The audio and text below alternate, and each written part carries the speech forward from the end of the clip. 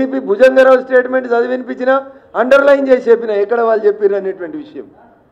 అదే రకంగా సిఐ సాయి కిరణ్ ఏం చెప్పిండో చెప్పిన వెంకట్రామరెడ్డికి వ్యతిరేకంగా ఇన్ని సాక్ష్యాధారాలను తీసుకొచ్చి నేను ఎన్నికలకు 10 రోజుల ముందు మీ డీజీ గారికి ఇస్తే ఎందుకు అరెస్ట్ చేయలే వెంకట్రామరెడ్డిని? అచ్చా పొంగులేటి శ్రీనివాసరెడ్డికి వియ్యంకుడని అరెస్ట్ చేయలేదా? లేకపోతే గెలిచినాక వెంకట్రామరెడ్డి గారు హరీష్ గారు మిగతా మా మెదక్ జిల్లాలో ఉన్న బీఆర్ఎస్ ఎమ్మెల్యేలు అందరూ కలిసి మీ పార్టీలకు వస్తారని చెప్పి ఏమన్నా ఫ్లైట్లో ఒప్పందం చేసుకుర్రా రేవంత్ రెడ్డి గారు? నాకైతే అంతే అనిపిస్తుంది. అందుకనే మీరు ఆ రకంగా పనిచేసిరేమో అని నేను అనుకుంటా ఉన్నా. అందుకని రేవంత్ రెడ్డి గారు మెదక్ పార్లమెంట్ గురించి కానీ రఘునందన్ గురించి కానీ మాట్లాడేటప్పుడు ఒక్క అక్షరం ఒక ఏళ్ళు నాదికి చూపిస్తే మిస్టర్ రేవంత్ రెడ్డి 4 ఏళ్ళు నేను చూపెడతాయి. రఘునందన్ రావు జై తెలంగాణ అన్నోడు, రఘునందన్ రావు రోడ్లు ఎక్కినోడు, రఘునందన్ రావు పోలీసులతోటి కలబడ్డోడు, కుస్తీ పట్టినోడు, ఆఖరికి ప్రతి చౌరస్తాలో ఈట్కా జవాబ్ పత్తర్ సే దేంగే అని చెప్పి వచ్చినాడు రఘునందన్. కాబట్టి నీలాంటి వాళ్ళకి ఎవడు భయపడ్డాడు కాదు. రఘునందన్ గురించి మాట్లాడాలంటే బాగా దగ్గర పెట్టుకో, ఒళ్ళు దగ్గర పెట్టుకొని మాట్లాడుకో. నేను చెప్పిన దాంట్లో ఏమైనా తప్పు ఉందని నువ్వు చెప్తే నేను నిరూపించేందుకు సిద్ధంగా ఉన్నా. అరే 1200 ఓట్లలో పొంగనాలు కొట్టినావు, ఇంకా ఎమ్మెల్సీ మేనేజ్ చేసుకోవడం చేతగాలే. మాది నైతిక విజయం అంటాడు నీ మంత్రి ఒక ఆయన వచ్చి. ఓడిపోయినానికి నైతిక విజయం ఏముంటుంది? రాజకీయాల్లో జో జీతా ఓఈసీ కందరు, ఓడిపోయినోడు శుద్ధులు చెప్పుడేంది? ఏం చెప్తా ఉన్నారు మీరు ముచ్చట్లు? అందుకని మీరు ఒకసారి దయచేసి ఆలోచించుండ్రి, అర్థం చేసుకోండి ప్రజలారా. రేవంత్ రెడ్డి అనేట ఆయన నాకు చెప్పరాదా? మరి మహబూబాబాద్లో ఎట్లా గెలిచిరు మీరు? బీఆర్ఎస్ ఎంపీ లేదా మహబూబాబాద్లో? సిట్టింగ్ ఎంపీ ఎవరు?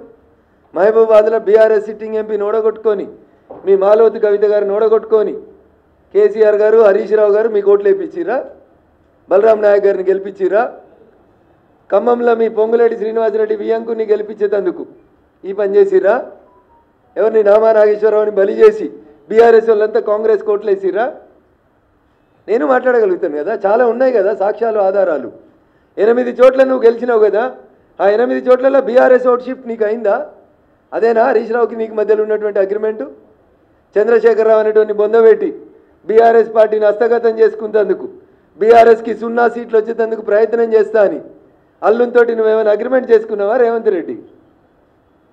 అందుకని రఘునందన్ గురించి మాట్లాడే కంటే ముందు, రఘునందన్ నోట్లో నోరు పెట్టే కంటే ముందు ఒళ్ళు దగ్గర పెట్టుకోమని చెప్పి అది ఎవరికైనా ఈ సందర్భంగా నేను చాలా స్పష్టంగా తెలియజేయదలుచుకున్నా.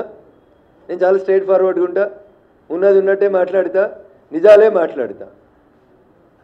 హరీష్ రావు అనేటోడు నాకు ఒక్క ఓటు వేపిస్తే, హరీష్ రావు అనేటోడు నాకు ఒక్క ఓటు వేపిస్తే నువ్వే కదా ప్రభుత్వంలో ఉన్నావు, నువ్వే కదా ప్రభుత్వంలో ఉన్నావు రేవంత్ రెడ్డి. పిలువు, ఏ గుడికి పిలుస్తావా, ఏ బడికి పిలుస్తావా? భాగ్యలక్ష్మి అమ్మవారి కాడికి వచ్చి ఏడిచినావు కదా కళ్ళకి వెళ్ళి నీరు రంగా మా రాజేంద్రన మీద ఏదో సొల్లు ముచ్చట్లు చెప్పి. మళ్ళీ పోదాం హరీష్ని కూడా తోలుకొని రా, నీ దోస్తే కదా. నేను కూడా వస్తా, నేను ప్రమాణం చేస్తా. బీఆర్ఎస్ తోటి గీత గీసి నిలబడి కొట్లాడినా అని చెప్పి నేను ప్రమాణం చేస్తా.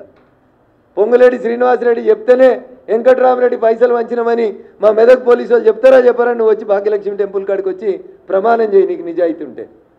నాకు తెలిసి నీకు అది ఉందని నేను అనుకోను, కానీ నేను మాట్లాడితే కొంచెం బాగుండదు కాబట్టి కొద్దిగా సంస్కారవంతంగా మాట్లాడాలని మా పార్టీ, మా అమ్మా నాన్న, మా టీచర్లు చెప్పారు కాబట్టి గౌరవ ముఖ్యమంత్రి గారికి చాలా మర్యాదగా నా గురించి కానీ మా పార్టీ గురించి కానీ మాట్లాడేటప్పుడు కొంచెం బాగా ఒళ్ళు దగ్గర పెట్టుకొని మంచిగా మాట్లాడమని, భవిష్యత్తు మంచిగా ఉంటుందని చెప్తా ఉన్నాం.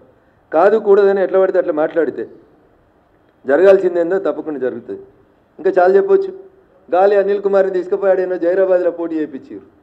ఎందుకు? సురేష్ షెట్కర్ని గెలిపించేందుకు బీఆర్ఎస్ పార్టీ అమ్ముడు పోయిందా జైరాబాద్లో? మా బీబీ పాటిల్ గారిని తట్టుకోవడం చేతగాక గాలి అనిల్కు డిపాజిట్ రాలే. 10 ఏళ్ళు బీఆర్ఎస్ ఎంపీ జైరాబాద్లో ఉంటే ఆ బీఆర్ఎస్ పార్టీకి ఇలా డిపాజిట్ రాలే. సురేష్ షెట్కర్ తోటి రేవంత్ రెడ్డి, హరీష్ రావు ములాఖత్ అయి బీబీ పాటిల్ గారిని ఓడగొట్టేందుకు ఆడ పక్క నియోజకవర్గం గాలి అనిల్ని పెట్టిరని చెప్పి నాకు చెప్పడానికి రాదా? అంతెందుకు, నీలమ్మధుని బల్లిక బకరా అని చేసింది హరీష్ రావు కాదా? నీలమ్మధు ఎవరి శిష్యుడు మెదక్ జిల్లాలో? హరీష్ రావు శిష్యుడు కాదా? రోజు హరీష్ రావు వెనకాల తిరిగినోడు కాదా? నీలమ్మధుని బలి చేసింది రేవంత్ రెడ్డి, హరీష్లు ఇద్దరు బదులుకొని పాపం ఆయన పైసలన్నీ ఖరాబు చేయించి ఆయనంతా ఇబ్బంది పెట్టింది ఎవరు?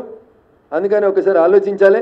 నిజంగా నీకు చిత్తశుద్ధి ఉంటే ఎన్నికలు అయిపోయినాయి కదా, జూన్ 30వ తారీఖు దాకా నీకు ఇంకా 25 రోజులు టైం ఇస్తున్నా ముఖ్యమంత్రి గారు. ఈ 25 రోజులల్లో నాకు తెలిసి నువ్వు తెలంగాణ ఉద్యమం చేయలేదు, నీకు ఆ పౌరుషం లేదు, ఆ రోషన్ లేదు, ఆ పదాలకు అర్థం కూడా తెలుసని నేను అనుకుంటలేను. ఒకవేళ ఉంటే ఎందుకంటే జయ జయ హే తెలంగాణ జననీ జయ కేతనం అనే పాటని నేను తెలంగాణ అధికారిక గీతంగా ప్రకటించిన అని చెప్పిన తెలంగాణ రోషం పౌరుషం నీలో ఉంటే డీసీపీ రాధాకిషన్ రావు ఇచ్చిన స్టేట్మెంట్ మీద ఈ 25 రోజులలో చంద్రశేఖరరావుని అరెస్ట్ చేసి నీ తెలంగాణ పౌరుషాన్ని చూపించు. ఏసీపీ భుజంగరావు ఇచ్చిన స్టేట్మెంట్ మీద హరీష్ రావు అనేట ఆయన తీసుకొచ్చి బొక్కలేసి నీకు చాతనైతుంది, నీ లోపల తెలంగాణ రక్తం ఉందని చెప్పు. లేకపోతే ఏముందో తెలంగాణ సమాజాన్ని నిర్ణయించుకుంటాం. Thank you.